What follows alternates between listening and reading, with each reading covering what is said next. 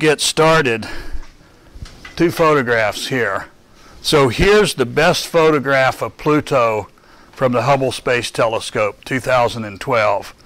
And you know, there are even arguments over like what's the diameter, because it's so far away you just can't make good measurements. And Pluto has several moons, the biggest one being Charon here and some others, and they'll probably come up with a couple more. Anyway, Hubble Space Telescope 2012, 2 days ago. Whoops, better start this up. Come on. So there's 2 days ago. There's Pluto. I'm sorry, 2012. There's Pluto. There it is 2 days ago. Astounding photograph of just one small corner of it when the New Horizons telescope went by, or spacecraft went by. What's amazing that blew everybody away is you'll notice there's not a single crater there. So that means, you know, they were expecting it would look like the moon, for example, with all these craters. It's actually apparently very dynamic because it must have plate tectonics that's recycling surface, and all the craters that were there have been recycled, and so they're not quite sure what to make out of that yet. These mountains here are about 11,000 feet high, so 3,500 meters or so. So anyway, progress is being made, and on for today. So if you survive today, you will survive the class. And the reason I say that is because almost all of today is listening to me. So that's the bad news. What we're going to do today is I have a short little lecture here that's an introduction to remote sensing, and the purpose of this is to kind of show you why we need to do atmospheric correction, so that when Jeremy Wardell gets here next week to talk about atmospheric correction, he can assume you already know what the problem is. And then Ken is going to give a little second half to the first lecture on the MOBI buoy system and the whole calibration validation sort of thing. And then I'll have another lecture on closure, and then this afternoon's lab is advanced stuff on hydrolite. So a long day for me, but then I get to rest and you get to rest. So all I'm going to do today is give you some basic terminology that's used in ocean color remote sensing, and Wardell will assume you know this.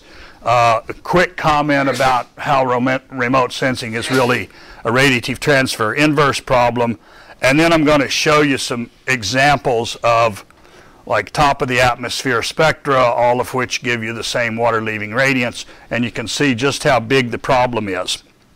And one little comment about how easy terrestrial people have it. So, okay, there's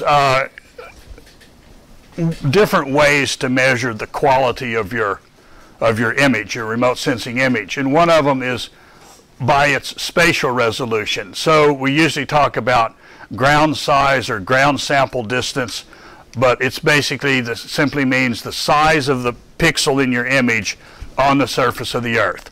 And for a system like MODIS, for example, that could be a kilometer square. If it's an airborne system, it might be 1 meter square. So anyway, just the spatial resolution is how big a patch of the Earth's surface are you seeing in each pixel. So typically somewhere between 1 meter and a kilometer. The spectral resolution is how many wavelength bands you have and how wide are those bands.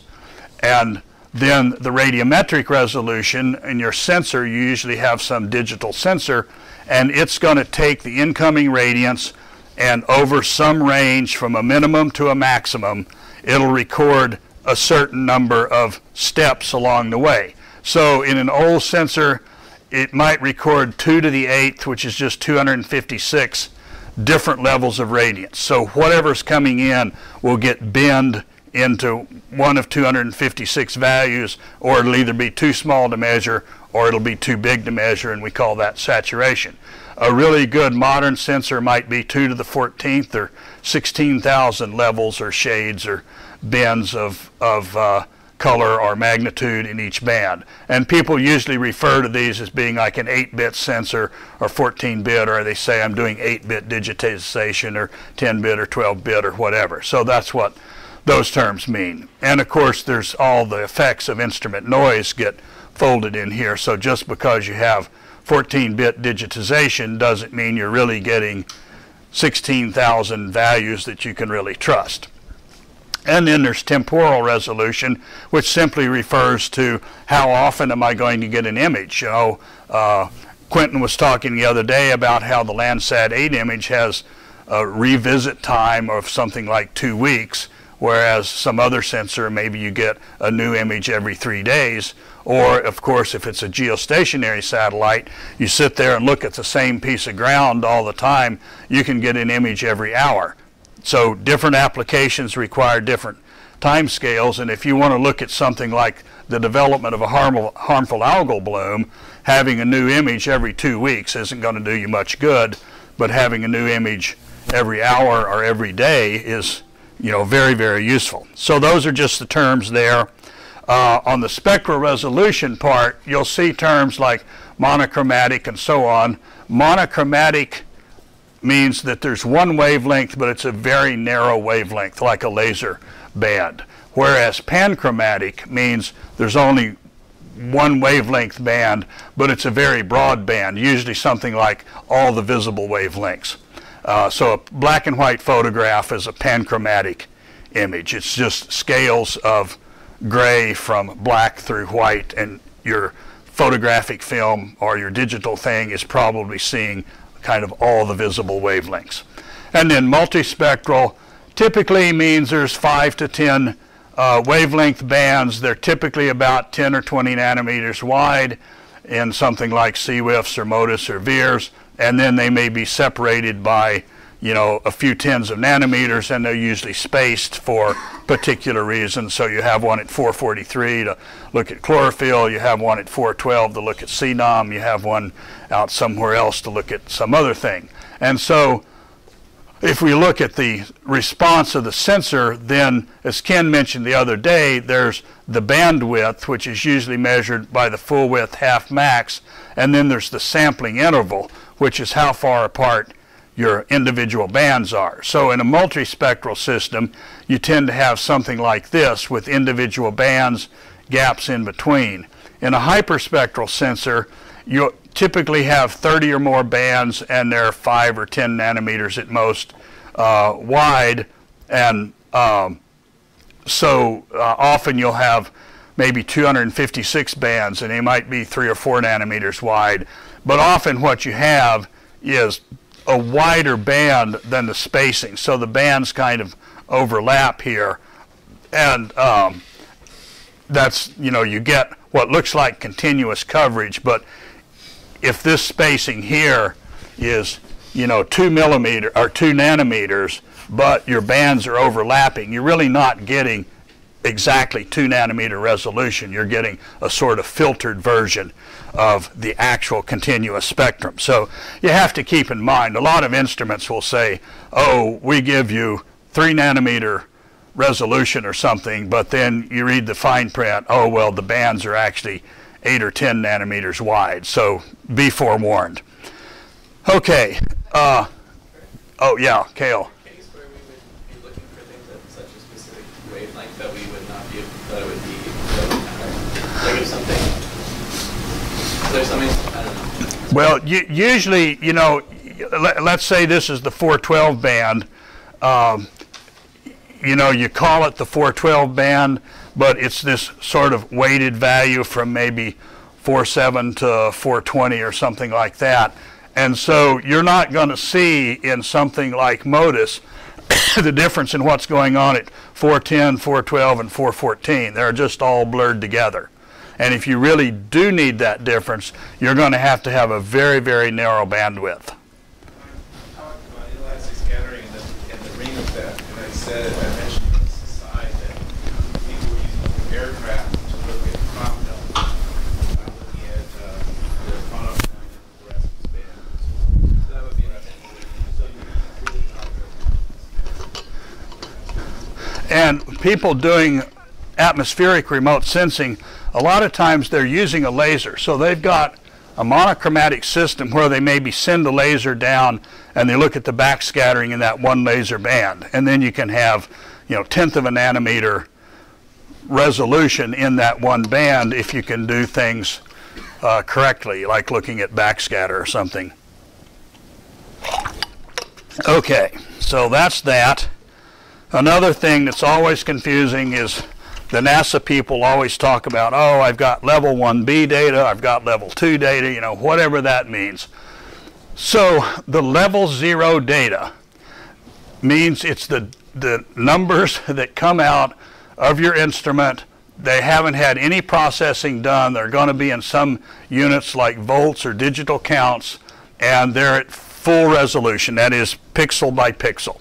So that's your level 0. You'll never see that as a user of NASA data. That's what the engineering guys at NASA deal with.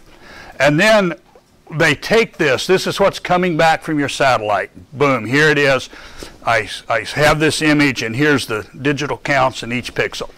The first thing they do then is say, take this data and take all the little radiometric calibration files and the georeferencing information and stick it on that file so it doesn't get lost. Because coming out of the instrument, you just have an image. You don't know where you are on the Earth or when it was taken or anything else. It's just an image. So they stick on all this calibration and georeferencing information, but it's not applied yet. And then the next step, that's 1A, to go to 1B, they actually apply these calibration factors and they turn the georeferencing information into a latitude and a longitude and a time and so forth for the image. And the calibration will turn digital counts into the radiances, top of the atmosphere radiances, if that's what you're working with. And so you've now basically processed the level 0 data. You now have a radiance, and you don't normally go backwards in that process, because this is where the science is going to start now. We have a radiance, and now we can start doing science. And so then what happens is Jeremy Wardell takes these top of the atmosphere radiances and does this atmospheric correction business. And he turns those radiances into the normalized reflectances at the sea surface. And so now those are at the same resolution, pixel by pixel, as the top of the atmosphere data, but it's now been turned from digital counts to a top of the atmosphere radiance to a sea level exact normalized remote sensing reflectance that I talked about the other day. And so that's the first level 2 product. That's something that you may want to get out from NASA and then run through your algorithm to retrieve whatever you're interested in. But then NASA also takes this and feeds this into various algorithms to retrieve chlorophylls and KD at 488 and, you know, particulate carbon and absorption coefficients and backscatter coefficients and all of those kinds of things. And then they will put out what's called the level 2 data, which are the reflectances and these other things that people are normally interested in. And that's now still the same resolution as the level 1 data. It's pixel by pixel. Then the level 3 data is they will take this kind of information and map it onto some uniform space-time grid. They may take different passes from the satellite and build up an image of the whole Earth and so on. And so that's the level 3 data. And you get a nice pretty picture of the global chlorophyll distribution or something else. And so that's what a lot of people will work with. And then if you take this kind of data, let's say chlorophylls, and you take some other data like sea surface temperature, you might run those through an ecosystem model and make a plot of something like where the coral reefs are going to be in trouble with global warming. So it's a product that's based on the ocean color data, but it may also be based on other data. It may be based on ecosystem models, and that's generally called the level 4 data. So anyway, when Jeremy gets here, he'll probably say, well, we're going to start with level 1B data and do this and this and this. So that's what he's talking about. Okay, a couple of words about modeling, which we're now seeing in more detail. But just think of a model as just a way of representing reality where you make a bunch of simplifications, but hopefully you keep the most important physics of what's going on, or biology of what's going on. And so the model could be a mathematical model. It could be a physical model. If I want to model the Damariscotta River circulation, I can do it on a computer. I could also make a model of the river that's, say, the size of this room, and I can put water in upstream, and I can put tides in at the bottom, and I can just literally watch where the water goes over a tidal cycle, and that's a physical model. So anyway, but it's still a much simplified version of what the real river looks like. So there are predictive models and diagnostic models. In a predictive model, for example, hydrolite says we want to predict something we don't know. So I take IOPs, I predict the radiance distribution. But there are also diagnostic models where you have some data and maybe you have a theory that says this is how things ought to work. The diagnostic model is basically going to fit a curve through your data and then see if that curve looks like your theory. So you're not predicting anything, you're just seeing how well your data fit some other model or some theory about how things work. So, or you may just be transforming your data. So you have data in one form and you take logarithms or whatever it is and you turn it into data in another form, and I'll need some of Emmanuel's batteries before we continue there. So anyway, there's predictive models, there's diagnostic models. Weather forecasting is a predictive model, curve fitting is just a diagnostic model. There's also direct and forward models. So a direct model in optics, excellent. A direct model means I'm going to put in IOPs and I'm going to get out radiances and other light quantities, irradiances and AOPs.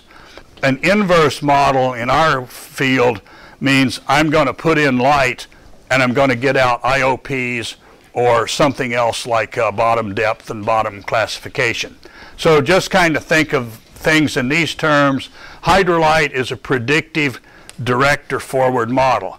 When we're doing remote sensing reflectance or remote sensing, we're going to be doing inverse models. We're going to take the remote sensing reflectance and we're going to try to get out IOPs. So the way to think of these things is in a forward model, we have information at a very fundamental level like particle index of refraction, particle size distribution, the absorption properties of the different pigments in the phytoplankton, all of those kinds of things, and those get parameterized by IOPs. When you run hydrolite, it doesn't ask you for particle size distributions, for example. It asks you for the volume scattering function, but the VSF really depends on particle size distributions. We just don't go to that level of detail. And then we're going to take boundary conditions, we're going to stick all that in the RTE, solve it, and we get out the radiance distribution. And this is a solved problem. There's plenty of codes like hydrolite and Monte Carlo codes and so forth. So if you just give me accurate IOPs and accurate boundary conditions, I can give you the radiance as accurately as you want it. On the other hand, remote sensing is an inverse problem, and we're going to go the other direction. So in general, inverse problems may not have a unique solution, and in general they don't. Or even if they have in principle a unique solution, that's only if you have absolutely perfect data with no errors and you have complete data. So for example, if I know the full radiance distribution with no errors at all, there's a little theorem that says I can actually retrieve the absorption coefficient and the volume scattering function. But I never have a full radiance distribution and it's always got errors and noise in it, in which case I may not get a unique solution for whatever I'm interested in. So then what you have to do is either some way constrain the solution so that you throw out wrong values, even if they might be mathematically okay, they're physically not okay. So you either have to add constraints or you decrease what you're interested in retrieving. If all I have for measurements is, for example, the remote sensing reflectance, then I can't hope to get out any more than something like the backscatter to absorption ratio. If I have two things measured, let's say LU and ED in the water, then I can hope to get out two things, let's say absorption and backscatter separately, and so on. So I have to either add some additional information, constrain things, and so on. And when you do inverse problems, and remote sensing in particular, you always have to worry about the possibility that you've gotten a completely wrong solution, but within the errors of your data, it's a possible solution. It's just the wrong solution for Mother Nature. Okay, and so you can sort of organize things for an inverse problem as saying we have incomplete light measurements. Maybe we only have remote sensing reflectance. And we have imperfect atmospheric correction up here, so, or other imperfect boundary conditions. Maybe we don't know what the water depth is. So we're going to some way work with that, but to get around the non-uniqueness business, we may also have to add some constraints on the allowed solution. We may have an inverse technique and we say, I'm not going to accept a backscatter fraction that's less than 0.5% or more than 5%, because I know that's kind of the physical range. And the mathematics might come back and say, you'll get a better fit if your particles have a backscatter fraction of 80%, because it's then giving you the wrong backscatter fraction, the wrong absorption coefficient, but some way those work together and gave you a slightly better solution, but your constraint says, no, I'm not going to accept that solution. And then you may have actually a very simple mathematical model that's going to take your remote sensing reflectances, do something with it, and give you out what you're interested in, like chlorophyll or bottom depth. This is not a solved problem. You know, there's many, many ways you could take remote sensing reflectance and retrieve chlorophyll.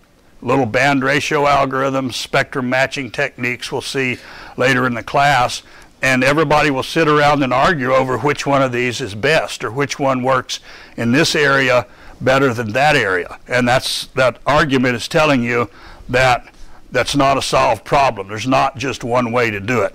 Whereas nobody argues that hydrolite gives a different solution than Monte Carlo. We both give the same answer with the same input. There's no uniqueness problems. Okay, we'll see in here in the next week what are called explicit and implicit inverse problems. Gerson's law we looked at the other day is an example of an explicit inverse model. An explicit means you have a nice little formula, you take some light measurements, you plug it in, you get your IOP, end of story. In an implicit inversion, you do something like assume some IOPs, run hydrolite, get a remote sensing reflectance. Compare the hydrolite remote sensing reflectance with one you measured.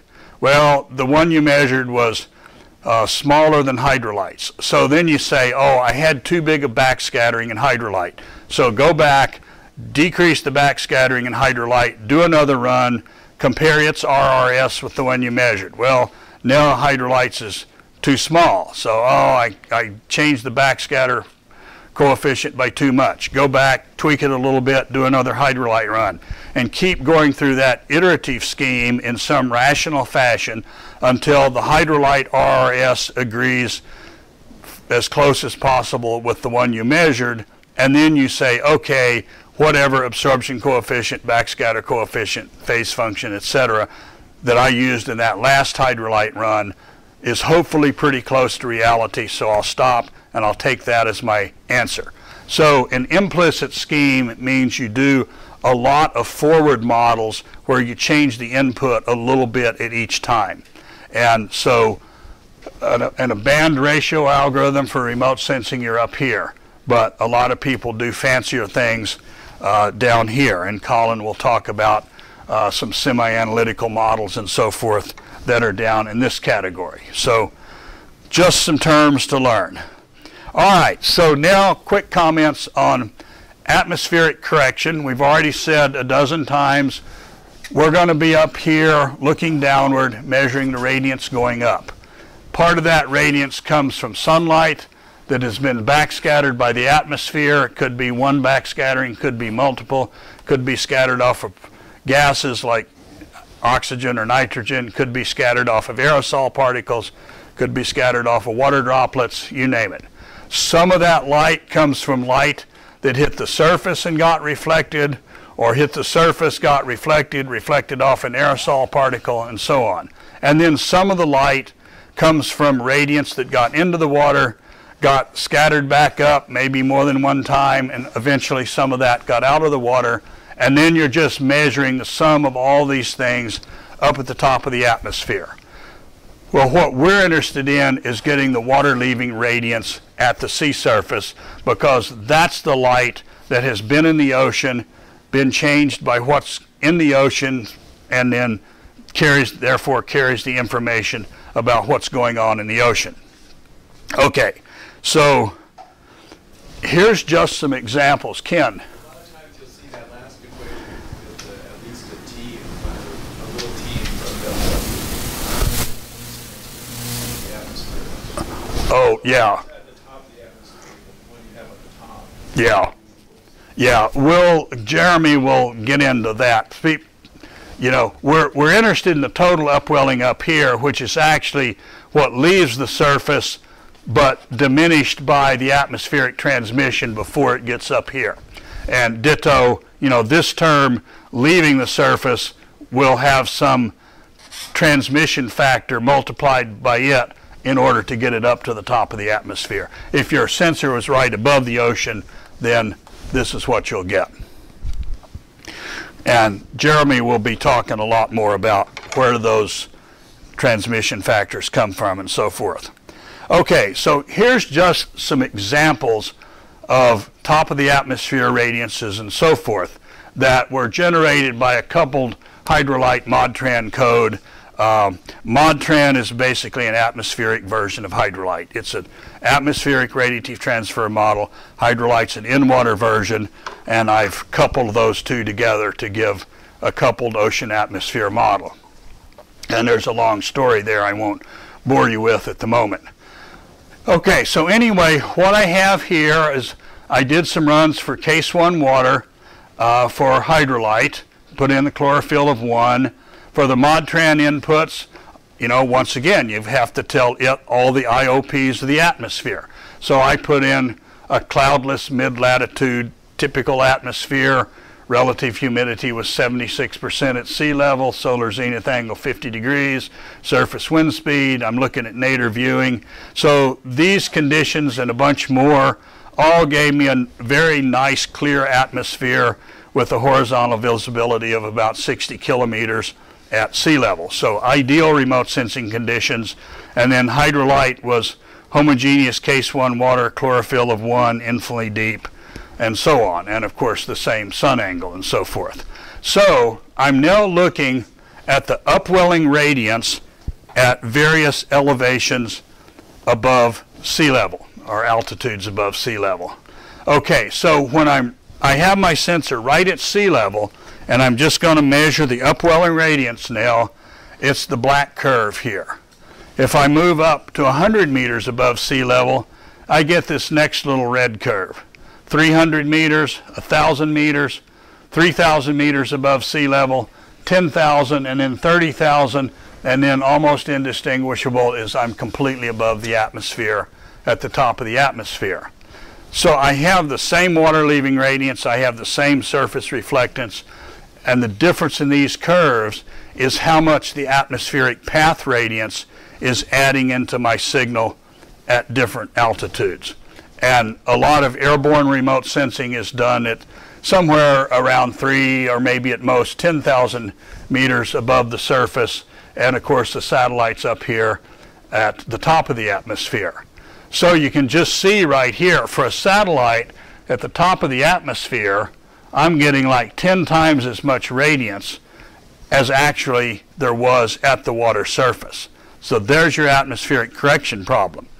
And you can see that anytime your sensor's more than a few hundred meters above sea level, you have to start doing atmospheric correction. Here at 1,000 meters above sea level, I'm getting as much or more radiance from that 1,000 meters of atmosphere as I'm getting from the water and the surface reflectance itself. So the orange curve is about double the black curve. So that's telling me I have to do atmospheric correction even if I'm flying over in a little airplane and taking a picture out the window. I'm seeing significant atmospheric effects. Okay, if we just take, let's say, this curve at 3,000 meters here, so that's the green curve. Notice the magnitude's about 0.02 watts per square meter, blah, blah, blah, so about 0.02. If we take this curve, which is the total upwelling radiance, and we break it down into, here's our 0.02 curve, this much of that curve is coming from the atmospheric path radiance. The green curve is the water leaving part, and the blue curve is the surface reflectance.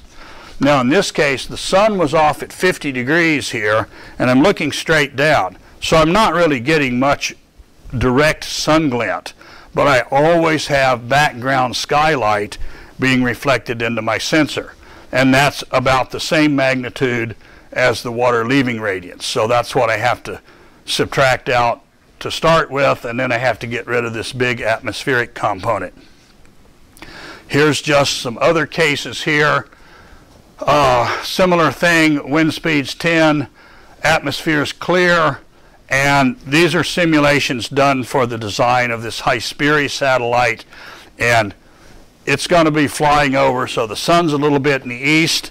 They're going to tilt the satellite a little bit so we don't look at the glitter pattern, but I did simulations if we're looking at nadir or 30 degrees towards the sun or 30 degrees away from the sun to see how these different things all add up. So first of all, the purple curve here, solid line is top of the atmosphere, the dashed line is the surface. So on this axis over here, here's my top of the atmosphere extraterrestrial irradiance. The dashed line is how much reaches the surface. And of course it's less because there's atmospheric attenuation, and you start seeing certain bands where basically no irradiance from the top of the atmosphere gets through to the Earth's surface. That's because of absorption by water vapor. And then here now the blue curve is LU at the top of the atmosphere. And here's how much LU there was at the bottom of the atmosphere. So the difference here is all the atmospheric contribution, which is the A stands for atmosphere here. So I've got, here's the atmospheric path radiance at the top of the atmosphere. It's 0 down at the surface. There is no atmospheric path radiance if my sensor's at the surface. And then the red curve is the sun glint part. So here's the sun glint at the, let's see, TOA, top of the atmosphere. Here's the sun glint at the surface. And you look at this curve and say, wait a minute, up here the top of the atmosphere value was bigger than the surface value. Down here the top of the atmosphere value was smaller than the surface value. So it's like things are backwards. So what's going on? You know, I said this surface curve is smaller than this one because of atmospheric attenuation. So why are things reversed for the surface reflectance? What gets to the top of the atmosphere is less than the surface value instead of greater than. What's going on there?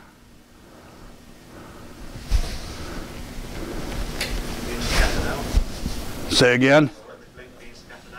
Yeah, it's the same attenuation. It's just in this case I'm going from the top of the atmosphere down and I lose something to attenuation. Here I'm going from the surface upward and I'm losing something to attenuation. So it all makes sense. And down here in the corner, there's my water leaving radiance. Here's the TOA value, there's the surface value. So what I need to do is take the blue curve, the solid blue curve at the top of the atmosphere, and retrieve the dashed green curve, which is the water leaving radiance at the surface. Big problem. And this is just one viewing direction, one set of one wind speed, one set of sky conditions, etc. And, oh, okay, so in these curves here, you see these various dips here, and at this resolution, which was 10 nanometer resolution, you don't see these Fraunhofer lines, but because they're simply like a nanometer wide, and I've got 10 nanometer bands, and they're just blurred out. But I did put in one view graph here to make sure you understand what these things are. In the sun, the deeper, denser, very hot regions are putting out basically a continuous spectrum. And then as the light is heading off to the Earth, it goes through the outer atmosphere of the sun, which is less dense and cooler. So you have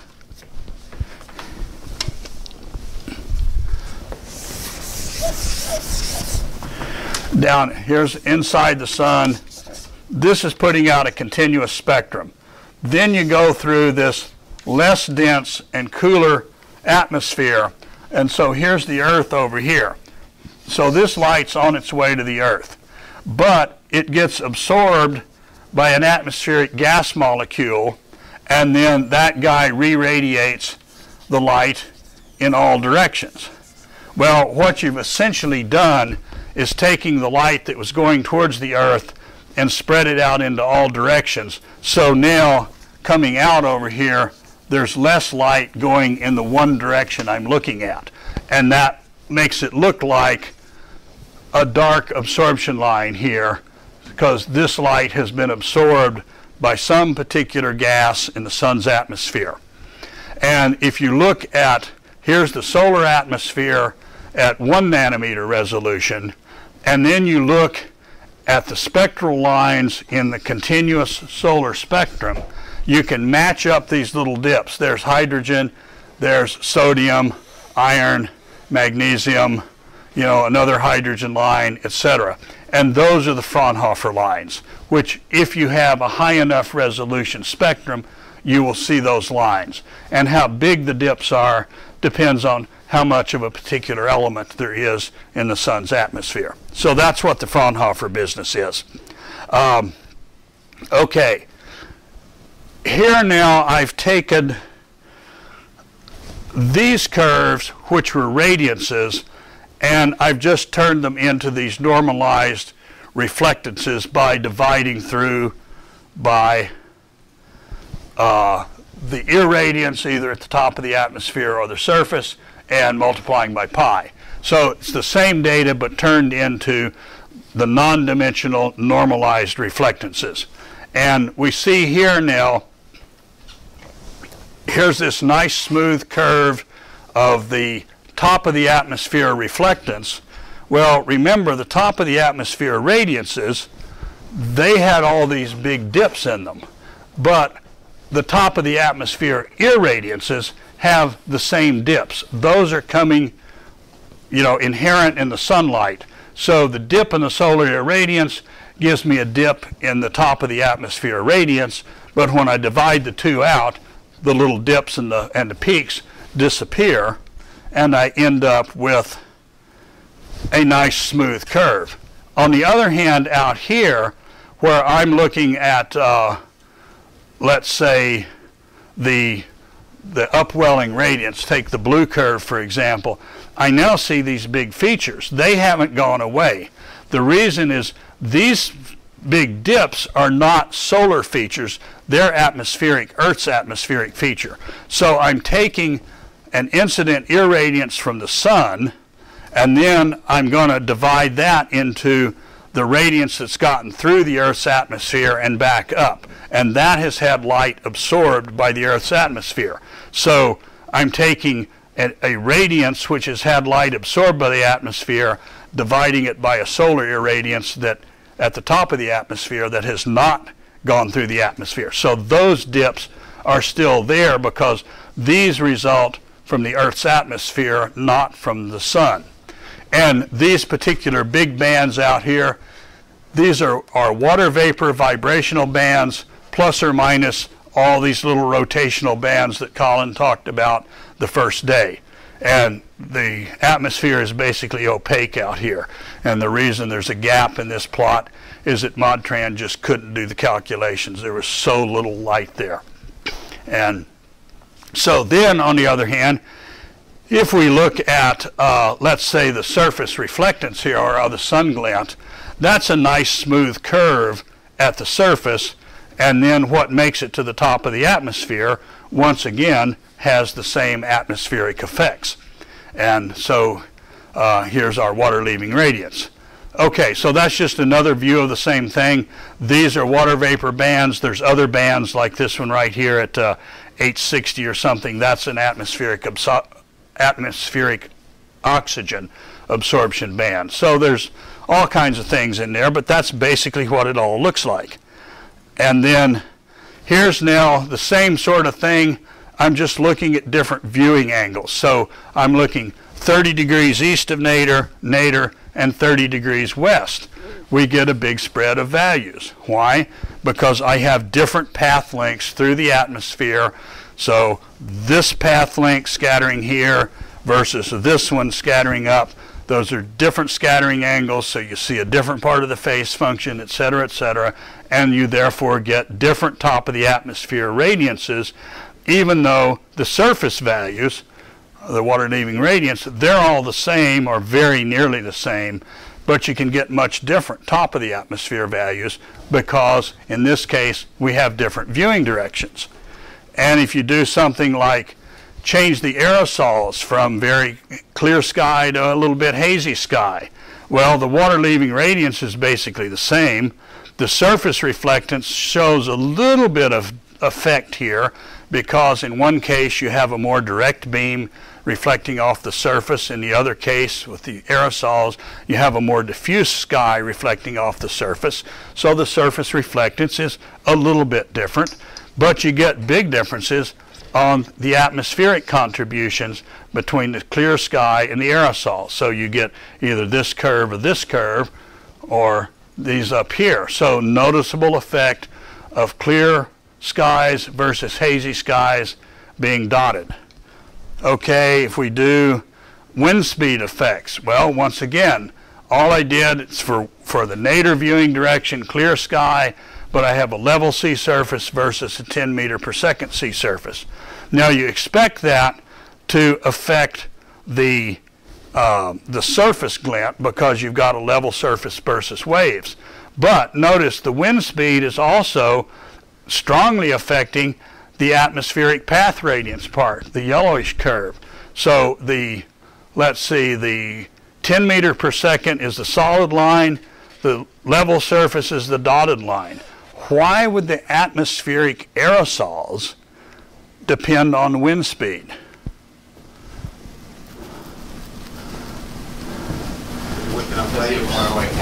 Yeah, it's because in all of these models, they have a model for something like the type and the vertical distribution of aerosols above the sea surface, and those models depend on wind speed because if it's high wind speed, there's a lot of breaking waves, there's a lot of spray, and that puts little water droplets into the atmosphere, which then evaporate and leave little salt crystals. So you'll have a lot more aerosols very near the sea surface with high wind speed than with low. And so that affects your top of the atmosphere radiance by often a huge amount.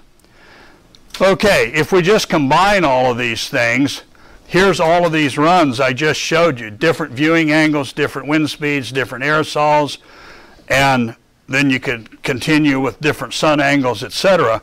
And all of these top of the atmosphere curves here have to give you the same water leaving radiance. So the game is, I'm just going to pull one of these out at random, give it to you. All you know is the geometry. You know the viewing direction and the sun angle. And some way you're going to have to figure out how to turn any one of these curves into the same water leaving radiance curve.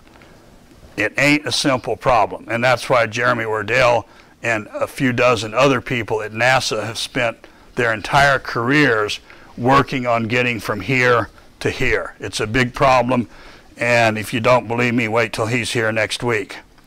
Okay, I'll just comment that the people doing terrestrial remote sensing have it much easier than we do. And the reason is that their land surfaces are much brighter than the typical ocean surface. So their water leaving radiance, if you wish, whatever, in their case, it's the surface reflectance of a desert or a wheat field or a forest. Their curve here is way up here. So the atmospheric contribution for them is much less. They also are usually solving a much easier problem. They just want to know, what's the surface? Is it wheat field? Is it forest? Is it a healthy wheat field or a sick wheat field? Or is it desert or is it water? Those are the kinds of things they're doing. It's called thematic mapping. Well, often they don't even have to do an atmospheric correction. They can do a little something and they'll get a good enough answer. But they never have the problem of getting through a water surface and retrieving something in the water. Their thing would be like retrieving something underground. Well, we're not interested in just saying it's water versus land versus forest. We're interested in saying what's going on underneath the surface, what's the chlorophyll concentration, what's the, is it a harmful algal bloom, whatever. It's a much more difficult problem than the land thing. And so they've developed all of these techniques that solve their problem quite well, and their techniques generally totally fail for the oceans because they don't have to get through surfaces, they don't have to remove sun glint, they don't have to get, something like a chlorophyll profile. They just want to classify the surface. It's a lot easier problem. Okay, that's it. If you want a really clear atmosphere, become a mountain climber because you get above all the scuzz that's down in the boundary layer. So here's a photograph taken by yours truly. I'm at about 5,300 meters or 17,000 feet going up the west ridge of Denali, or Mount McKinley as it's officially known. Absolutely spectacular. You can see there's a little bit of a trail here that's about this wide. Down this side, it's 1,000 meters down to a sort of plateau at 14,000 feet. And then off this side, it's like 3,000 meters down to the Peters Glacier here. And, you just like truck along this little path, or that, it's been made by anybody who's climbed there that day. And it's spectacular viewing. And the visibility back here, this is at an elevation of less than 1,000 meters back here, and it's probably 50 kilometers away. Spectacularly clear atmosphere, refreshingly cool air. It's about minus 30 Celsius this day, or minus 22. So you really feel alive. You're not bogged down with all this heat and humidity that you get in a place like Maine. Okay, that's it, Ken. It's all yours. And I'll get out of your way now.